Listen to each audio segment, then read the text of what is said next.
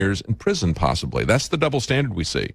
And so this Judicial Watch is asking a federal judge for permission to put Hillary Clinton under oath. Isn't that interesting? Because one of the most interesting short segments out of the questioning of Comey before the Congressional Committee was they asked him point blank, I think it was Trey Gowdy, said to the FBI director, did Hillary Clinton lie? And Comey just kind of paused for about 3 seconds. And then he says, to us, no. She lied to everybody else. She lied to Congress. She committed perjury in Congress. Of course, they could refer that to guess who? Loretta Lynch and the FBI to investigate. You think they would? No, they're not going to investigate her perjury before Congress. She gets a free pass. She gets a coup for right? Nobody's a get out of jail card for free, okay? That's what Hillary Clinton gets and all these things. But he said, no, she didn't lie to the FBI. And I would have to say, I would really like to see the transcripts of the recordings of that. Oh, that's right. There's not any transcripts or recordings. In other words, did she really tell them the truth? Did she lie under oath? Or did they just not ask her the relevant questions?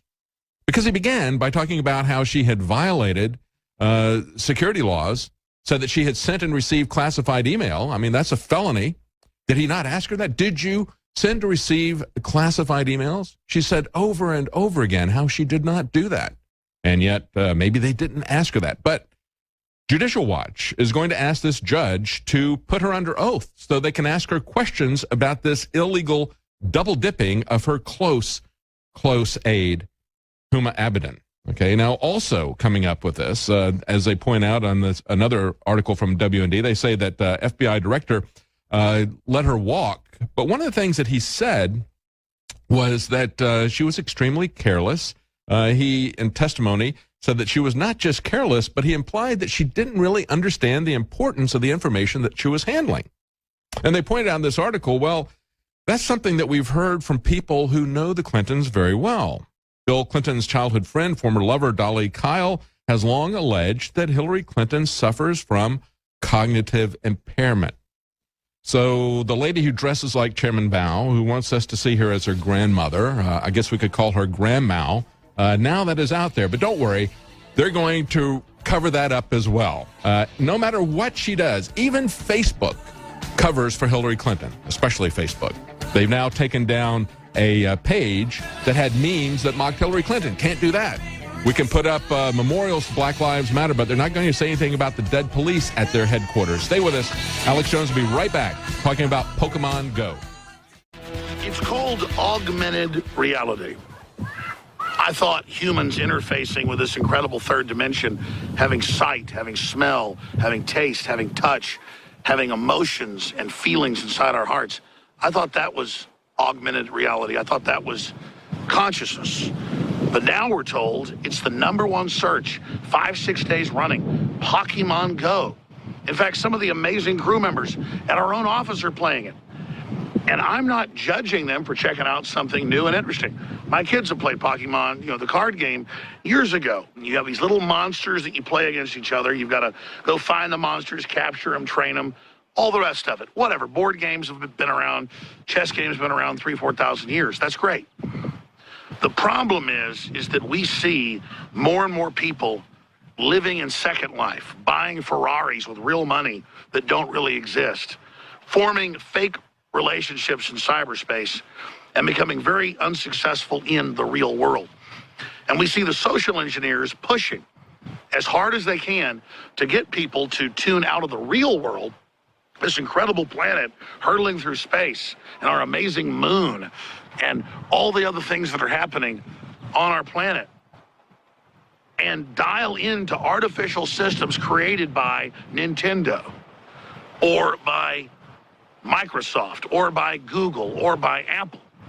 They are creating the universes in which we interface, instead of humans living in the real universe and being creative, sentient beings yourself. They are building false realities into which they want to induct you so they can play God. So I'm not saying anybody's bad who wants to play video games or who wants to be involved in World of Warcraft or any of that. All I'm saying is the metrics are there. Our IQs are dropping. The screen time is lowering our IQs. Our synapses are collapsing. Humanity is in crisis. And Pokemon Go is illustrating my own fact. Ambulance drivers, EMTs across not just the U.S. but the world are saying that suddenly, because there's augmented reality, kids that have never been outside their house, that spend less time on average than prisoners do outside, are suddenly out in the real world looking for these mythical monsters so they can show off with their friends and collect more. So in a way, the Matrix is actually backfiring on itself as it attempts to go out and take over reality. That's what Microsoft and others have said they want for decades, is to have every real area of the world with this whole data list and this whole information cube around it to track what you do. But in a way, it's actually backfiring as people go out into the real world themselves looking for the false reality. But I can't get over the image of brain-dead zombies that we see on TV, walking, looking at their phones, going into traffic. I can't help but think about the images of people that walk into fountains at malls or that drive off cliffs while they're watching their GPS or drive into raging rivers because they're making this their entire consciousness. I mean, I'm out here supposedly at a nearby golf course looking for one of these Pokemons, and I'm told that it's magically laid some eggs about 100 yards over there, and that I can go over there and watch it hatch and capture it for myself. But in truth, it's not really there. It's being geolocated.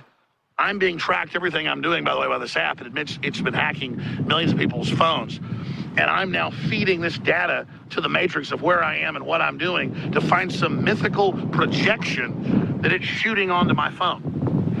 Again, this is giving all of my personal privacy, all of my personal power over to Nintendo to sell my habits, to sell my behaviors, to sell my data to whoever they want. The studies don't lie. This dehumanizes you. This ends up destroying your humanity in the final equation. If you use it in limited amounts, sure, it's interesting. You can meet like-minded people that are into it. I'm not judging anybody, Lord knows. I'm just simply pointing out we should ask ourselves why Pokemon has been more popular the last 5-6 days than porn.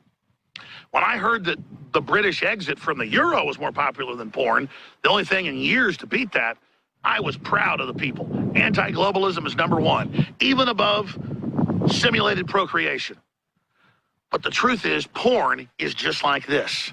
It's simulated. It isn't real. You're living through somebody else's template, somebody else's intercourse, somebody else's activities that are then edited and presented and sold to you, so while they live, you sleep. And that's all I'm saying. Every study, every piece of research shows it, that forest bathing and getting outdoors and being in the open air and looking up at the sky raises your awareness, raises your IQ, getting in the wind, feeling the reality, seeing the birds fly around in the air. But I tell you, it is sacrilege to the gamers and sacrilege to the TV heads who you get around and they don't talk about what's happening in the world. They don't talk about what they're doing with men or women. They don't talk about what they're doing with art. They don't talk about hiking or camping trips they're going on. They don't care about their work. They don't care about the world. They're cynical and don't care about the New World Order on average. All they want to do is live in their fantasy land. And I, for one, am sick and tired of that, and I'm reaching into those people that are living in false worlds built by other people, built by these gaming companies that make billions of dollars off of you, that this is the ultimate form of slavery. And let me be clear.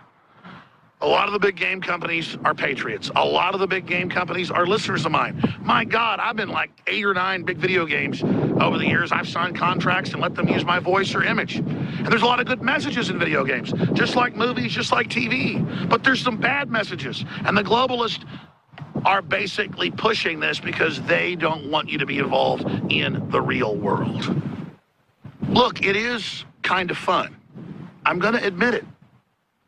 To just not look at the sunset over there and not look at the sky or the moon and just start looking at this. It's so much fun. It's so neat. Wait a minute, there's eggs over there. There's something There's something hatching. Actually, this is pretty cool, guys. I'm into this. Over there, oh my God. Oh my God, I just found a new... Can't you see it over there? It's right there, and now I can see it for myself. Ladies and gentlemen, right there. Trigglypuff is the newest Pokemon. It's given birth. Trigglypuff is giving birth. Trigglypuff is giving birth to a baby Darth Vader. It's my own fantasy land. I don't have to actually affect change in the real world. I can just believe whatever I want and be a star here. Oh my God. Keep your hate speech off this Death Star. Keep your hate speech off this Death Star. I've actually changed my mind now that I'm in the Matrix. Don't look outside the television or the internet or the computer. Only look into this world that's real. This world. This world where you could actually create something isn't real. The only world that's real is the world where Hillary Clinton and Barack Obama and your trusted local professors tell you what words you're allowed to use. So go back to your dorms and play Pokemon Go. And whatever you do, don't hack into Pokemon and actually create your own characters. Whatever you do, don't use their own memes and their own systems to wake people up. Just conform and pretend you were never conscious and you were never alive. And whatever you do, never visit. While the internet is still somewhat free, Infowars.com. All right, that's Alex Jones, and he's out hunting Pokemon Go. No, that's not what he's really doing. But he broke that down. And look, the idea is this, folks. You can lose yourself in a virtual reality, or you can lose yourself in an augmented reality. The reality, however, is that we have to always be skeptical of how we view technology. You know, it doesn't really change ethics. It doesn't really change liberty or privacy or safety, even though they tell us that it does. They tell us we're operating under new rules. You know, the Constitution doesn't apply because now we have computers. No, the same principles apply. We still have human nature. That's why the founders did such a good job of trying to not have power consolidated in one particular place, but to divide it. That was the whole point of the Constitution. They understood human nature. We're the ones who don't understand human nature. We're the ones who don't understand the big issues of, as I point out, ethics, morality, liberty, safety. That's not a trade-off, folks. You know, when Trump tells us that he's going to, that the choice now is between safety and chaos, I'm concerned, because I hear this all the time, that we have to trade off our liberty for safety. People that put a priority on safety. I don't want to live in a safe country. Let me just put it that way. I do not want to live in a safe country. I want to live free. I don't want people selling me self-crashing cars, telling me that they're going to be safe. No, I want to be able to move about freely with my own vehicle when I want to go. I don't want to lose the ability to own a vehicle because they're going to make it prohibitively expensive. I don't want to lose the ability to control my movement because they're going to say, well, you know, the humans driving are the problem. So now we have to have all the cars under government control. That's where this is all headed, folks. Now, before we go back there's a couple of things I want to say about Pokemon. Before we do, we've got a link up to the story about Dump the Burn, how Democrats are revolting after Bernie has showed himself to be revolting when he endorsed Hillary Clinton. It's up on the upper left of Drudge. It's there under Fans Fume, and here's some of the things they said. So disappointed. Bernie sold out millions, and many of us fell for it, said one former fan. Never again, he says. Another one says, personally, I don't think I'll support Hillary. I don't trust her. She said, I can't see backing someone I don't believe in. Yeah, that's it. That's the way it goes, folks. That's the way it's going to always go. Now, when we come back, we're going to take a look, as I said, about Pokemon. We're going to look at killer robots. We're going to look at killer self-crashing cars. We'll be right back. Stay with us.